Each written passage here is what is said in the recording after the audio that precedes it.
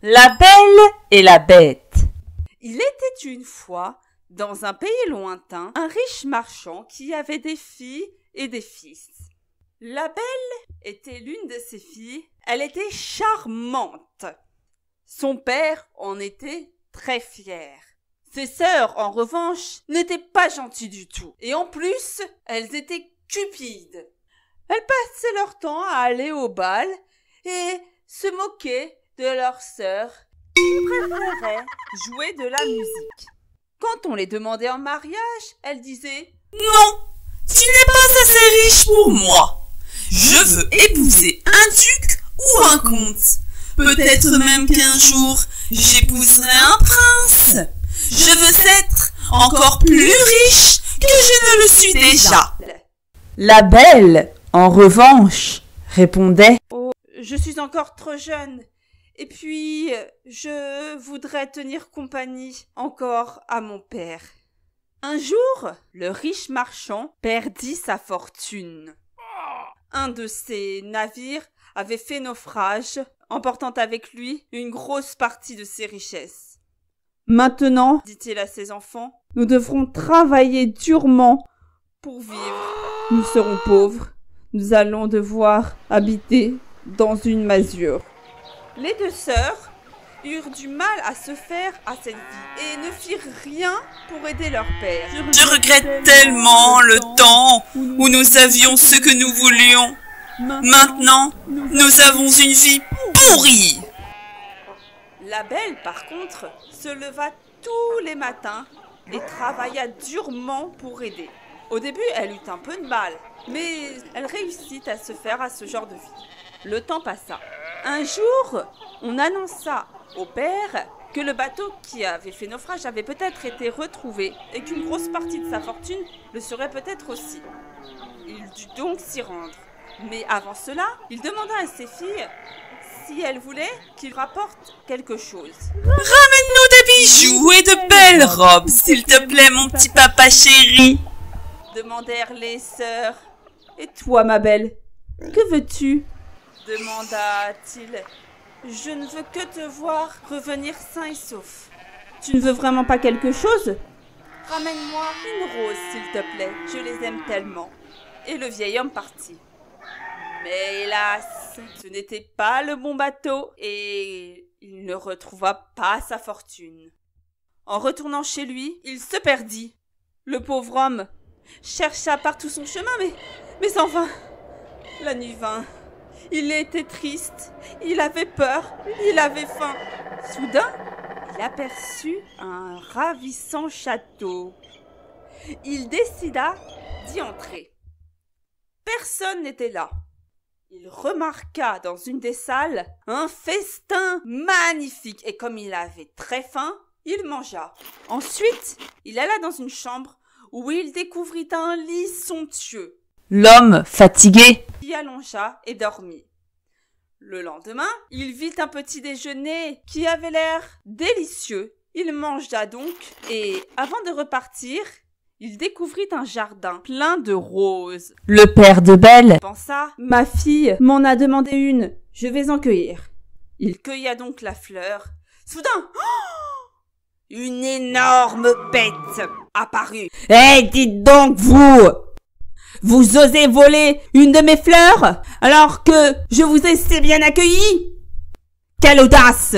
Vous mourrez pour cela! » « Oh non! S'il vous plaît, monsieur, je vous en supplie, ne me tuez pas! C'était pour ma fille. Une de mes filles m'a demandé une rose. » « Vous dites que vous avez des filles. Très bien. Alors, si vous voulez rester en vie, vous allez devoir m'en amener une pour mourir à votre place. »« Non, je vous en supplie, non!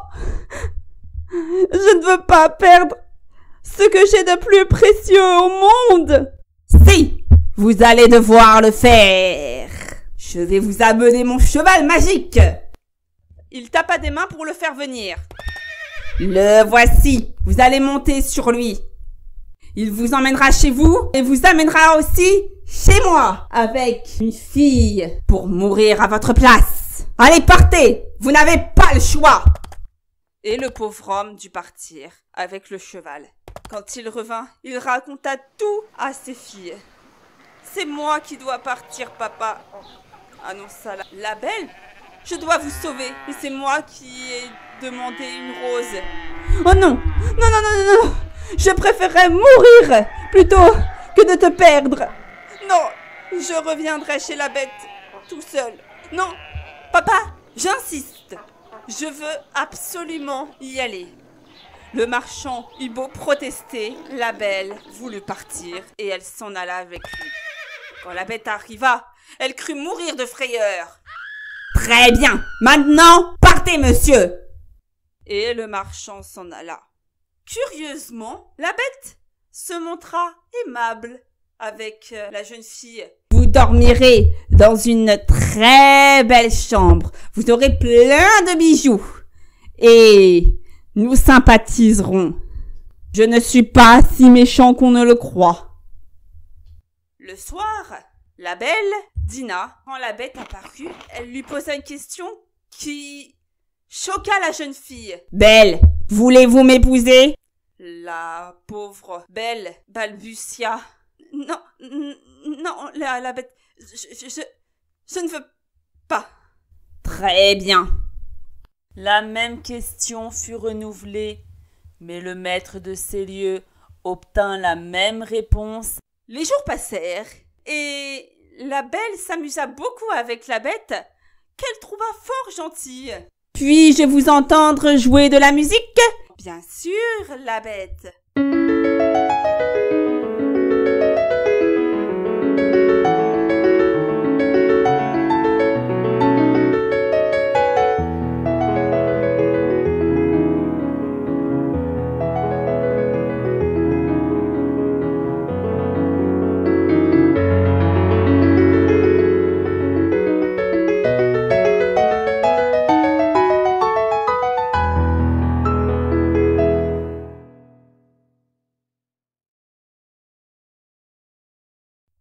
Voulez-vous danser avec moi ?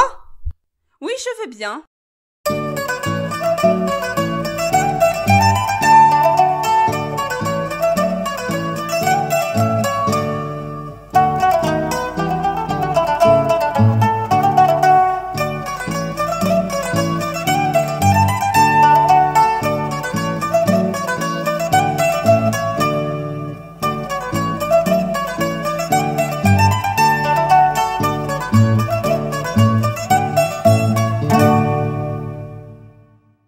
La bête s'intéressa à elle et la trouva très intelligente. « Pourriez-vous m'apprendre certaines choses ?»« Oh oui, je suis assez cultivée. Je peux vous apprendre l'histoire, la géographie, etc. Et on pourra lire des histoires ensemble. »« Oh, cela me ferait bien plaisir. Pouvez-vous m'en dire plus sur vous ?»« Oh oui !» Et la jeune fille lui raconta que son père avait été ruiné. Mais la bête fut prise d'admiration pour elle quand il sut que la belle avait beaucoup travaillé pour l'aider et qu'elle avait bon cœur. Les jours passèrent et la belle admira de plus en plus la bête qui faisait des efforts pour être gentille, aimable et douce. Mais au bout de quelques mois, son père lui manqua. « Écoutez, j'aimerais revoir mon père. Je suis bien triste de ne plus être avec lui. Laissez-moi le voir. »« Très bien. Je vais vous accorder une semaine. Vous allez prendre cette bague, vous la mettrez sur votre table avant de dormir. Le lendemain, vous vous trouverez chez lui. Mais attention, vous ne devez rester que pendant 7 jours. Si vous dépassez ce délai, j'en serai plus que chagrinée. Je ne sais même pas si je m'en remettrai. Lorsque vous aurez atteint les 7 jours, vous mettrez cette bague sur votre table avant de dormir et vous vous retrouverez chez moi. »« D'accord, la bête, » acquiesça la jeune fille. Le soir, elle mit donc la bague sur sa table avant de dormir. Et le lendemain, elle se retrouva chez son père. « Ma chérie, je croyais que je t'avais perdue pour toujours. Oh, comme je suis heureux. Viens là que je t'embrasse. » Regarde comme elle est richement vêtue.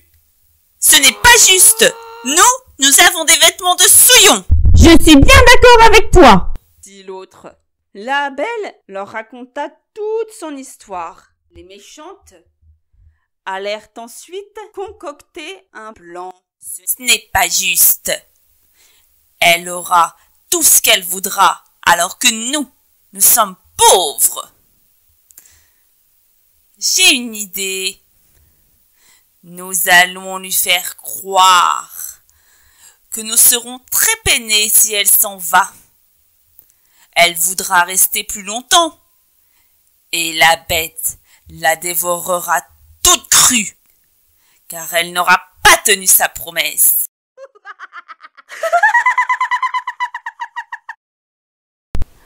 Si elles étaient bonnes et intelligentes, elles sauraient que leur sœur aurait partagé sa fortune avec elles.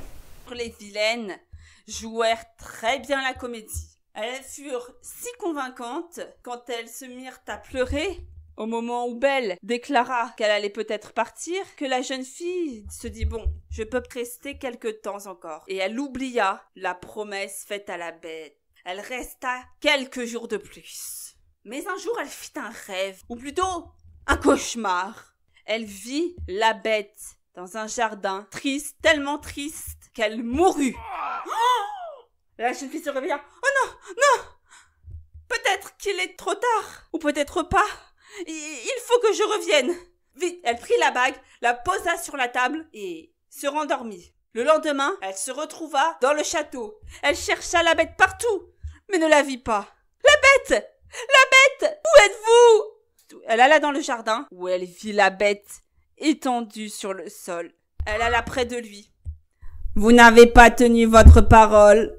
J'étais tellement peinée que j'ai bien failli en mourir de chagrin. »« Oh, je vous en prie, la bête, ne mourrez pas !» supplia la jeune fille. « Je vous aime plus que tout au monde et je veux vous épouser. Cette fois, oui, je le veux. » Soudain, la bête se transforma en un homme magnifique. Oh, « Mais qui êtes-vous » demanda-t-elle apeurée. « Je suis la bête. Un jour, une sorcière m'a transformée ainsi, et je n'avais qu'une chance de redevenir humain. Il fallait pour cela qu'une jeune fille tombe amoureuse de moi, et je serais ravie que tu deviennes mon épouse. » Ils se marièrent. Durant le mariage, une fée était présente et dit « La belle, vous serez une grande reine. Vous vivrez longtemps heureuse. C'est votre récompense pour votre bonté. » Puis elle se tourna vers ses sœurs. « Vous, je vous transforme en statue. Vous contemplerez le bonheur de votre sœur et vous ne pourrez redevenir humaine que si votre cœur devient aussi bon que le sien. » Aussitôt dit, aussitôt fait. Les deux sœurs furent transformées en statues. Est-ce qu'elles devinrent gentilles et retrouvèrent leur forme humaine ? Désolée, mais le conte ne le dit pas. Par contre, nous savons une chose. Belle vécut longtemps heureuse avec son prince charmant et eut beaucoup d'enfants.